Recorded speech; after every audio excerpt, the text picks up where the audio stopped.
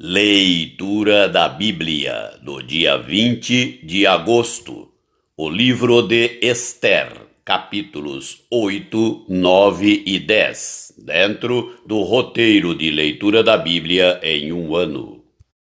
Naquele mesmo dia, deu o rei Assuero à rainha Ester a casa de Amã, inimigo dos judeus, e Mordecai veio perante o rei, porque Ester lhe fez saber que era seu parente. Tirou o rei o seu anel que tinha tomado a Amã e o deu a Mordecai. E Ester pôs a Mordecai por superintendente da casa de Amã. Falou mais Ester perante o rei e se lhe lançou aos pés. E com lágrimas lhe implorou que revogasse a maldade de Amã o Agagita e a trama que havia empreendido contra os judeus. Estendeu o rei para Ester o cetro de ouro. Então ela se levantou, pôs-se de pé diante do rei e lhe disse: Se bem parecer ao rei, se eu achei favor perante ele, se esta coisa é reta diante do rei, e se nisto lhe agrado, escreva-se que se revoguem os decretos concebidos por Amã, filho de Amedata o Agagita, os quais ele escreveu para aniquilar os judeus que há em todas as províncias do rei. Pois como poderei ver o mal que sobrevirá ao meu povo, e como poderei ver a destruição da minha parentela? Então disse o rei Assuero à rainha Ester e ao judeu Mordecai: Eis que dei a Ester a casa de Amã, e a ele penduraram numa forca, porquanto intentara matar os judeus.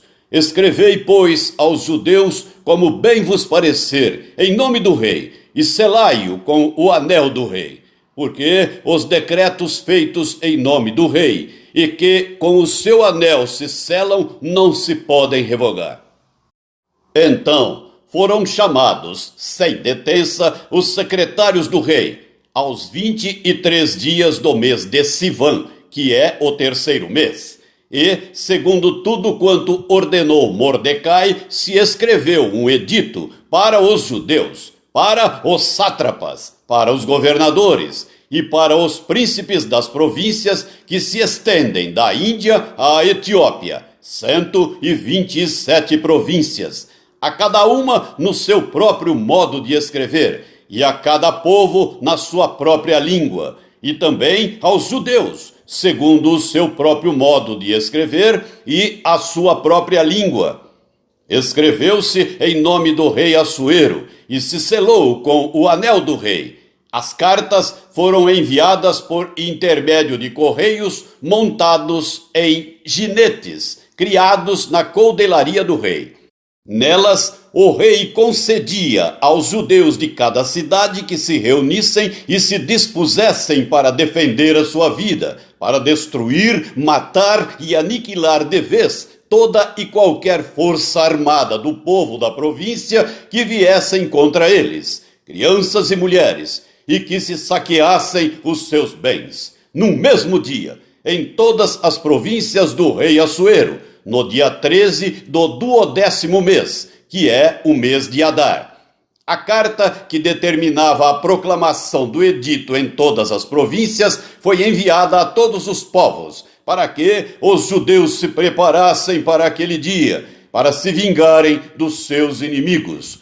Os correios, montados em ginetes que se usavam no serviço do rei, saíram incontinenti, impelidos pela ordem do rei, e o edito foi publicado na cidadela de Suzã.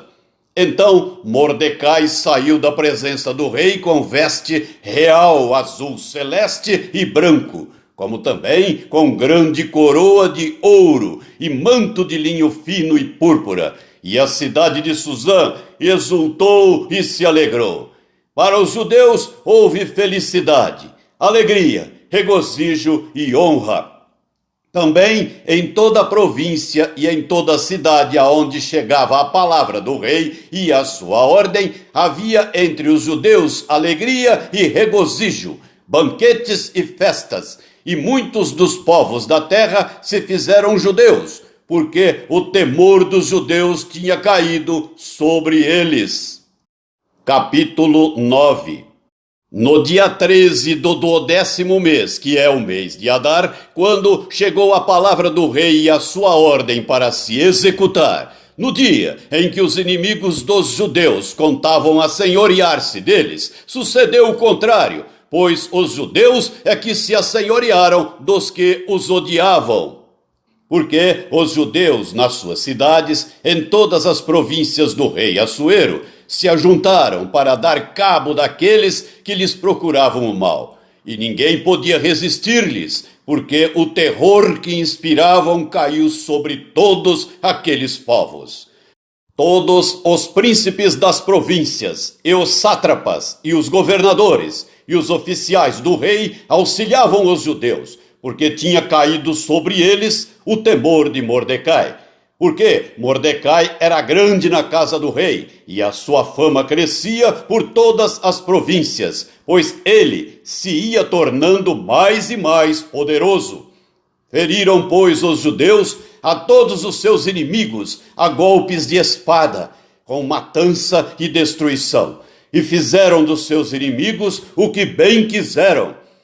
Na cidadela de Suzã, os judeus mataram e destruíram a 500 homens, como também a Parsandata, a Dalfon, a Aspata, a Porata, a Adalia, a Aridata, a Farmasta, a Arizai, a Aridai e a Vaizata, que eram os 10 filhos de Amã, filho de Amedata, o inimigo dos judeus. Porém, no despojo não tocaram.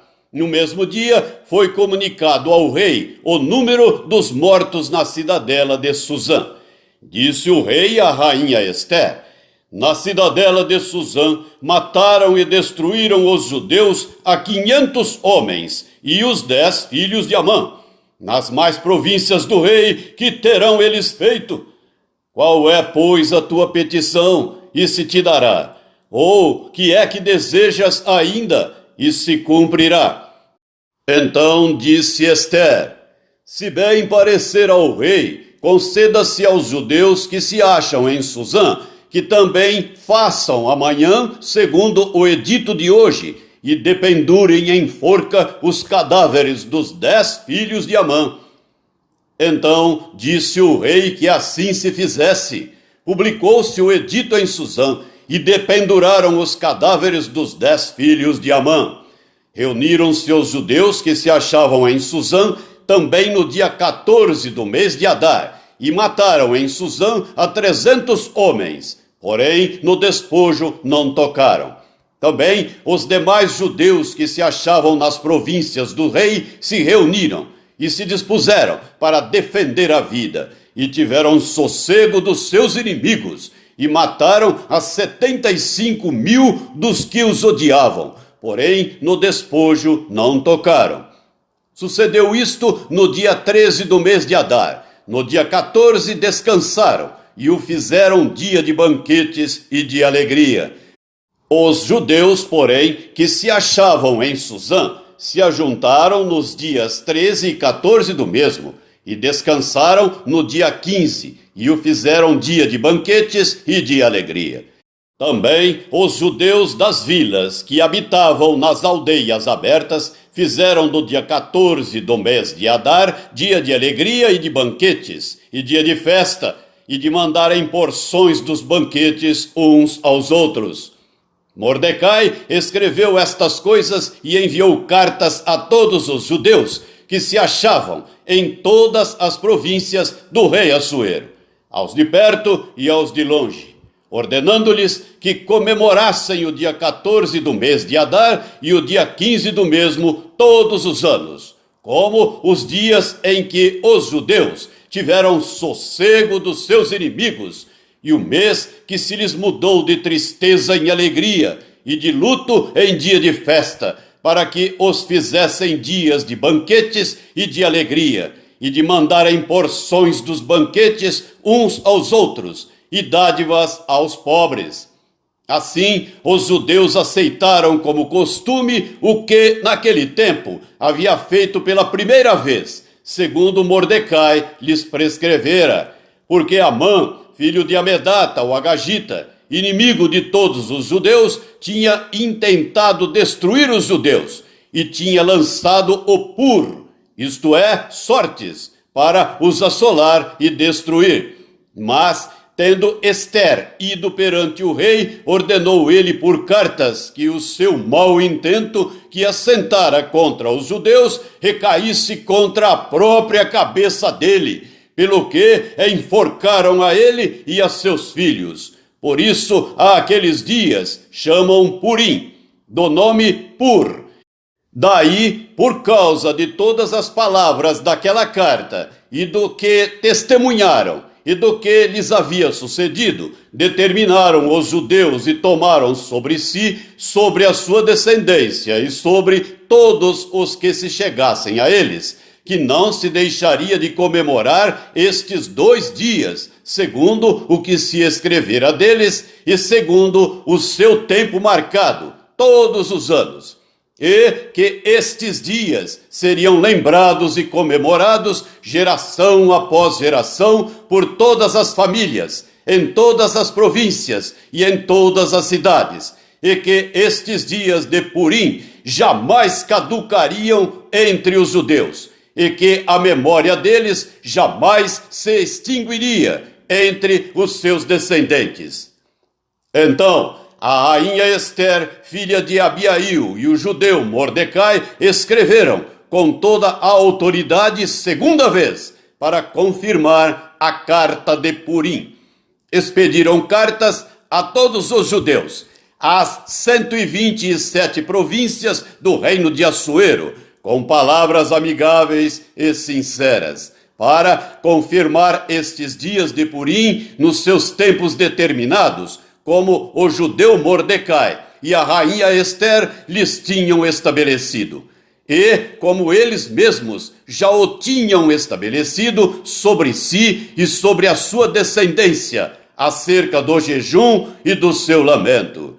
E o mandado de Ester estabeleceu estas particularidades de Purim, e se escreveu no livro. Capítulo 10. Depois disto, o rei Assuero impôs tributos sobre a terra e sobre as terras do mar. Quanto aos mais atos do seu poder e do seu valor, e ao relatório completo da grandeza de Mordecai, a quem o rei exaltou, porventura não estão escritos no livro da história dos reis da Média e da Pérsia? Pois o judeu Mordecai foi o segundo depois do rei Assuero, e grande para com os judeus, e estimado pela multidão de seus irmãos, tendo procurado o bem-estar do seu povo e trabalhado pela prosperidade de todo o povo da sua raça. A primeira carta do apóstolo Paulo aos Coríntios, capítulo 13. Ainda que eu fale as línguas dos homens e dos anjos, se não tiver amor, serei como o bronze que soa, ou como o símbolo que retine. Ainda que eu tenha o dom de profetizar e conheça todos os mistérios e toda a ciência, ainda que eu tenha tamanha fé, a ponto de transportar montes, se não tiver amor, nada serei. E ainda que eu distribua todos os meus bens entre os pobres, e ainda que entregue o meu próprio corpo para ser queimado, se não tiver amor, nada disso me aproveitará. O amor é paciente, é benigno. O amor não arde em ciúmes, não se ufana, não se ensoberbece, não se conduz inconvenientemente, não procura os seus interesses, não se exaspera, não se ressente do mal, não se alegra com a injustiça, mas regozija-se com a verdade. Tudo sofre, tudo crê, tudo espera, tudo suporta. O amor jamais acaba, mas, havendo profecias, desaparecerão. Havendo línguas, cessarão. Havendo ciência, passará. Porque em parte conhecemos, e em parte profetizamos. Quando, porém, vier o que é perfeito, então o que é em parte será aniquilado. Quando eu era menino, falava como menino, sentia como menino, pensava como menino. Quando cheguei a ser homem, desisti das coisas próprias de menino, porque agora vemos como em espelho, obscuramente. Então veremos face a face. Agora conheço em parte, então conhecerei como também sou conhecido. Agora, pois, permanecem a fé, a esperança e o amor, estes três. Porém, o maior destes é o amor. Salmo 37, do versículo 1 até o versículo 11. Não te indignes por causa dos malfeitores, nem tenhas inveja dos que praticam a iniquidade, pois eles, dentro em breve, definharão como a relva e murcharão como a erva verde. Confia no Senhor e faze o bem. Habita na terra e alimenta-te da verdade. Agrada-te do Senhor, e Ele satisfará os desejos do teu coração. Entrega o teu caminho ao Senhor, confia nele, e o mais Ele fará. Fará sobressair a tua justiça como a luz, e o teu direito como o sol ao meio-dia. Descansa no Senhor e espera nele. Não te irrites por causa do homem que prospera em seu caminho, por causa do que leva a cabo os seus maus desígnios.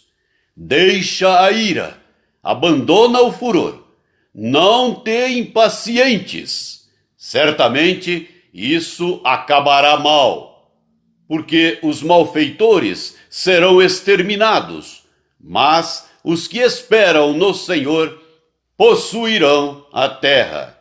Mais um pouco de tempo e já não existirá o ímpio.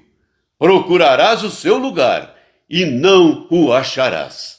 Mas os mansos herdarão a terra e se deleitarão na abundância de paz. Provérbios 21, versículos 23 e 24. O que guarda a boca e a língua, guarda a sua alma das angústias. Quanto ao soberbo e presumido, zombador é seu nome. Procede com indignação e arrogância.